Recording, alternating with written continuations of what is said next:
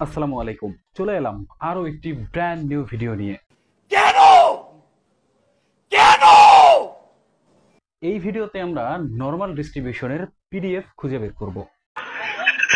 আমি বুঝি না আমি বুঝি না।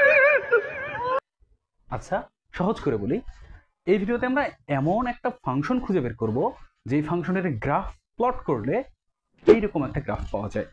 তো চলুন শুরু করা যাক। ফাংশন খুঁজে বের করার আগে আমি একটু বলে দেই যে আমরা যেই ফাংশনটা খুঁজে বের করতে চাই সেই ফাংশনটাকে আসলে কি কি শর্ত পূরণ করতে হবে। শর্ত নাম্বার 1, এই ফাংশনটা দেখতে হবে বেল বা ঘন্টার মতো।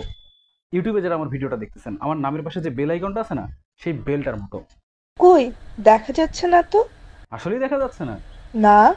তার মানে তো আপনি আমার চ্যানেলটা সাবস্ক্রাইবই করেন নাই।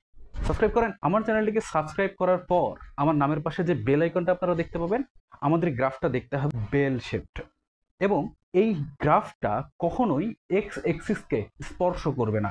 আমি মূলবিন্দু থেকে এক্স এক্সিসের ধনাত্মক বা ঋণাত্মক যেদিকেই যতই দূরে যেতে থাকবো, এই গ্রাফটা এক্স এক্সিসের ততই কাছে আসতে থাকবে, কিন্তু কখনো স্পর্শ করবে না। গণিতের ভাষায় আমরা যেটাকে বলি, এই গ্রাফটা অসীম দূরত্বে গিয়ে এক্স এক্সিসকে স্পর্শ করবে। শর্ত নম্বর 2, তো আমরা জানি নর্মাল ডিস্ট্রিবিউশনের মোট দুইটা প্যারামিটার থাকে, মিন বা গড় এবং ভ্যারিয়েন্স বা ভেদাঙ্ক। তো গড় আমাদের গ্রাফের যে পিক পয়েন্ট থাকবে, পিক পয়েন্টের ঠিক নিচ বরাবর এক্স এক্সিসের যে মান, সেটাই হবে গড়। আমরা আমাদের ফাংশনে এই মিন বা গড় এমনভাবে স্থান দিব, যদি গড়ের মান বাড়ে তাহলে এই পুরো গ্রাফটা ডান দিকে শিফট করবে, আর যদি গড়ের মান কমে তাহলে এই গ্রাফটা বাম দিকে শিফট করতে থাকবে। গড়ের মান পরিবর্তন করার কারণে আমাদের গ্রাফের যে পজিশনটা শিফট করবে, হয় সেটা ডানে যাবে অথবা সেটা বামে যাবে, কিন্তু এর আকৃতির কোনো পরিবর্তন হবে না। আকৃতির পরিবর্তন করবে ভ্যারিয়েন্স। ভ্যারিয়েন্সের কারণে গ্রাফের যে পজিশন চেঞ্জ হবে না, শুধুমাত্র শেপ পরিবর্তন হবে। অর্থাৎ ভ্যারিয়েন্সের মান যদি বাড়ে তাহলে আমাদের গ্রাফটা খাটো হবে এবং চ্যাপ্টা হবে, আর ভ্যারিয়েন্সের মান যদি কমা শুরু করে তাহলে আমাদের গ্রাফটা চিকন হতে থাকবে এবং লম্বা হতে থাকবে। তো আমাদের সেই ফাংশনে আমরা গড় এবং ভেদাঙ্ককে এভাবেই স্থান দিতে চাই।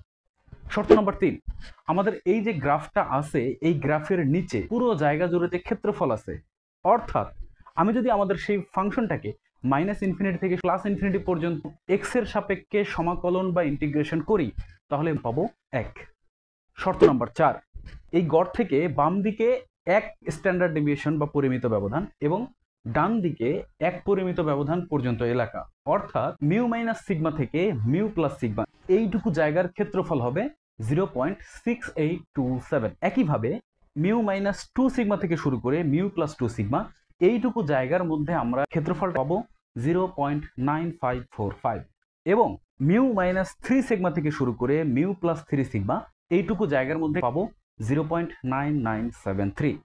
তো যেই ফাংশন আমাদের এই 4টা শর্তকেই পূরণ করবে, সেই ফাংশনটাকে আমি বলবো নর্মাল ডিস্ট্রিবিউশনের প্রবাবিলিটি ডেন্সিটি ফাংশন। তো চলেন শুরু করা যাক।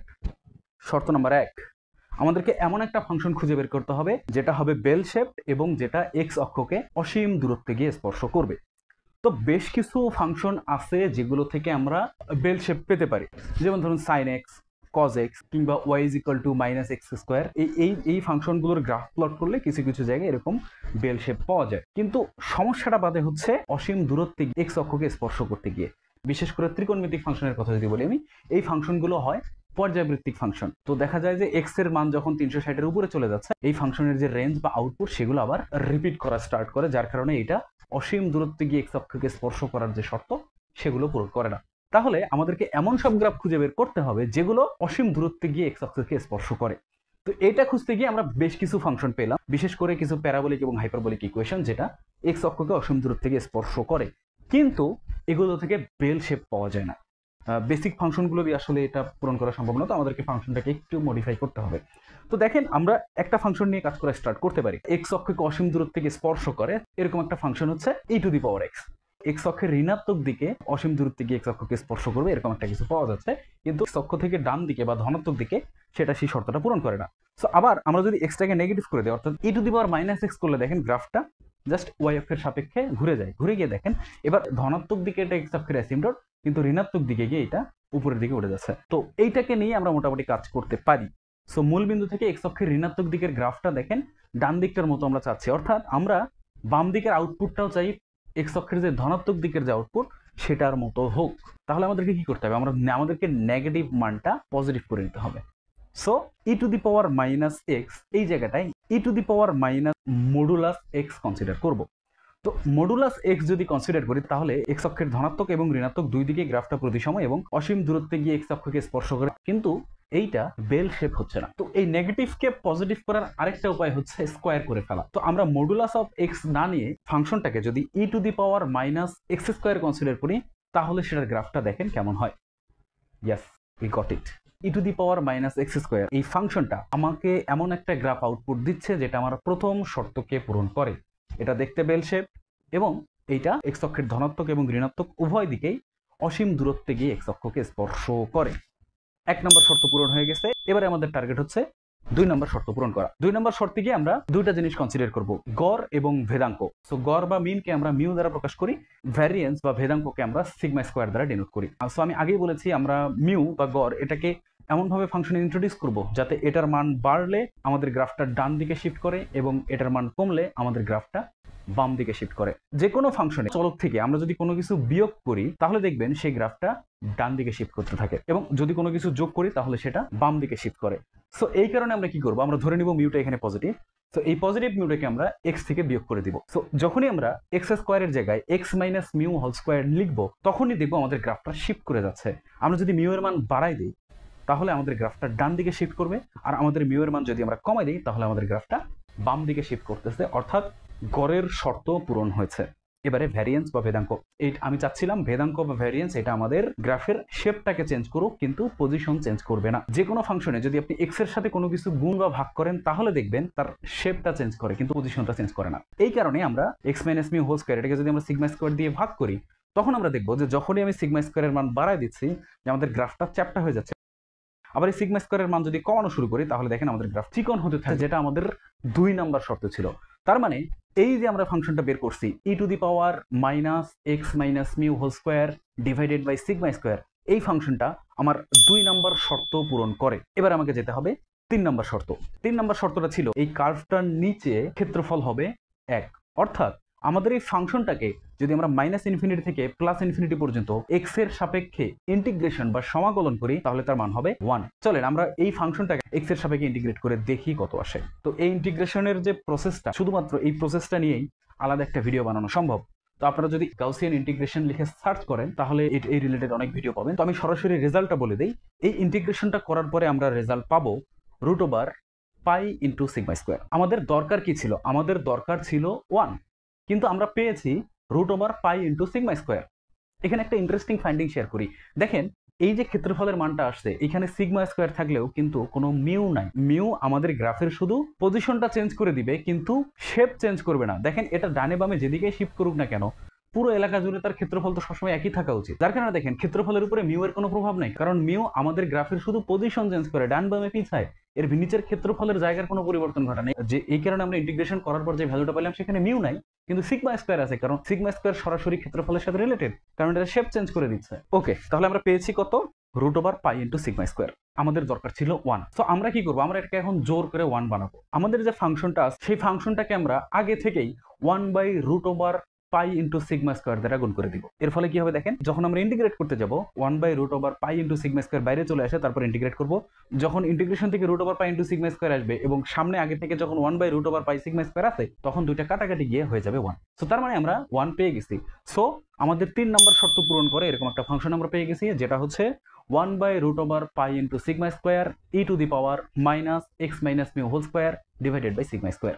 ওকে, 4 নম্বর শর্ত, যেটাকে আমরা এম্পিরিক্যাল রুল বলি। মিউ মাইনাস সিগমা থেকে মিউ প্লাস সিগমা এইটুকু জায়গার ক্ষেত্রফল হবে 0.6827। একইভাবে মিউ মাইনাস 2 সিগমা থেকে শুরু করে মিউ প্লাস 2 সিগমা এইটুকু জায়গার মধ্যে 0.9545 এবং মিউ মাইনাস 3 সিগমা থেকে শুরু করে মিউ প্লাস 3 সিগমা এইটুকু জায়গার মধ্যে 0.9973। এটাকে ইন্টিগ্রেট করে দেখি আসলে এই ক্ষেত্রফলটা কত। আর প্রোগ্রামিং ইউজ করে আমি এটা হিসাব করে দেখেছি, মিউ মাইনাস সিগমা থেকে মিউ প্লাস সিগমা পর্যন্ত এই ফাংশনের গ্রাফে এরিয়া হচ্ছে 0.8426। যদিও আমরা এক্সপেক্ট করেছিলাম ক্ষেত্রফলটা হওয়া উচিত 0.6827। একইভাবে মিউ মাইনাস 3 সিগমা থেকে শুরু করে মিউ প্লাস 3 সিগমা পর্যন্ত 0.9999, কিন্তু এটা আসলে হওয়া উচিত ছিল 0.9973। ওকে, তার মানে কি যে কোনো রেঞ্জের জন্য যতটুকু ভ্যালু আসা আমাদের পাওয়া উচিত ছিল তার থেকে বেশি ক্ষেত্রফল আমরা পাচ্ছি। কেন পাচ্ছি কারণ হচ্ছে এই গ্রাফটা একটু বেশি খারাপ হয়ে গেছে, বা এই গড় ভ্যালুটার দিকে বেশি চাপানো। তো আমাদেরকে বেসিক্যালি এটা ফ্ল্যাট করে দিতে হবে। ফ্ল্যাট করে দিলে তো এই মাঝখানের যে কেন্দ্রীভূত জায়গাটা এখান থেকে সরে যাবে, তখন দেখবো যে এটার মাঝখানের যে ক্ষেত্রফলগুলো বেশি ভ্যালুগুলো কমে যাচ্ছে, কারণ জায়গাগুলো এখন আর মাঝখানে কেন্দ্রীভূত নাই, এগুলো এখন দুই দিকে সরে গেছে। এই দুই দিকে সরানোর উপায়টা আসলে কি? তো দেখেন, আমরা যখন ভ্যারিয়েন্স নিয়ে কাজ করছিলাম বা ভেদাঙ্ক আমাদের ফাংশন ইন্ট্রোডিউস করছি, তখন দেখছি ভেদাঙ্কের মান যদি বাড়ে তাহলে গ্রাফটা ফ্ল্যাট হয়ে যায়। তো আমাদেরকে বেসিক্যালি এখানে গ্রাফটা ফ্ল্যাট করে দিতে হবে। কিন্তু এখানে সমস্যাটা হচ্ছে আমরা সিগমা স্কোয়ারের মানকে চেঞ্জ করতে পারবো না। তো এই সিগমা স্কোয়ার হরে যে অবস্থান করতেছে, এই হরের পার্টটুকুকে আমাদের বাড়াইতে হবে। এই হরের পার্টটুকুকে বাড়ানোর উপায় হচ্ছে সিগমা স্কোয়ারের সাথে একের চাইতে বড় কোনো একটা সংখ্যা দ্বারা গুণ করা। এটা 1.1 হতে পারে, 1.2, 3, 4, 5, 6 যে কোনো কিছুই হতে পারে। সো এই একের থেকে বড় কোনো সংখ্যা দিয়ে যদি আমরা গুণ করি তাহলে তো হরের পার্টটা বেড়ে যাবে, এবং হরের পার্টটুকু যদি বেড়ে যায় তাহলে এই গ্রাফটা ফ্ল্যাট হবে। তার মানে এখানে আমরা একটা ভ্যালু বসাবো, কত বসাবো জানি না, সেই ভ্যালুটা হচ্ছে n। আমরা যদি এখানে এই সিগমা স্কোয়ারের আগে কোনো n নিয়ে আসি, তাহলে ওই ইন্টিগ্রেশনের মান 1 নিয়ে আসার জন্য সামনে যে 1/√পাই সিগমা স্কোয়ার আছে ওই রুটের ভিতরে আরেকটা n চলে আসবে। তাহলে আমাদের ফাংশনটা হবে 1/√n pi sigma square e to the power minus x minus mu whole square divided by n into sigma square. তো এটাকে যদি আমরা মিউ মাইনাস সিগমা থেকে মিউ প্লাস সিগমা এই রেঞ্জের মধ্যে সমাকলন করি x এর সাপেক্ষে, তাহলে ক্ষেত্রফল আসবে কত? 0.6827। তো এখন আমাদের কাছে একটা ইকুয়েশন আছে। এই ইকুয়েশনটাকে সলভ করে আমরা যদি n এর মান বের করে ফেলতে পারি, তাহলেই আমরা পেয়ে যাব আমাদের কাঙ্ক্ষিত নরমাল ডিস্ট্রিবিউশনের পিডিএফ। প্রোগ্রামিং ল্যাঙ্গুয়েজ ইউজ করে আমরা সলভ করতে পারি কোন মানটা আমাদের এই ইকুয়েশনটাকে স্যাটিসফাই করে, অথবা আমরা একটা কাজ করতে পারি, আমরা সরাসরি চ্যাটজিপিটিকে জিজ্ঞেস করতে পারি। তো চলেন আমরা চ্যাটজিপিটিকে জিজ্ঞেস করি n এর মান কত হলে এই ইকুয়েশনটা স্যাটিসফাই হয়।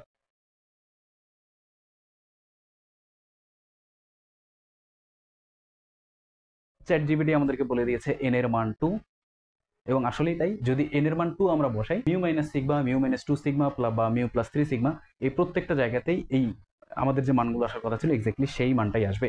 তার মানে আমরা এমন একটা ফাংশন পেয়ে গেলাম যেটা আমাদের চতুর্থ কন্ডিশনকেও স্যাটিসফাই করতেছে, এবং যে ফাংশনটা হচ্ছে 1/√2 pi sigma square e to the power minus x minus mu whole square divided by 2 sigma square. এবং এটাই হচ্ছে আমাদের সেই বহুল আকাঙ্ক্ষিত নরমাল ডিস্ট্রিবিউশনের প্রবাবিলিটি ডেন্সিটি ফাংশন। তো এই ছিল আজকের ভিডিওতে। আপনাদের যে কোনো রকমের প্রশ্ন, পরামর্শ কিংবা মন্তব্য আমাদের কমেন্ট বক্সে জানান, আর সাবস্ক্রাইব করে পাশে থাকুন। ধন্যবাদ সবাইকে।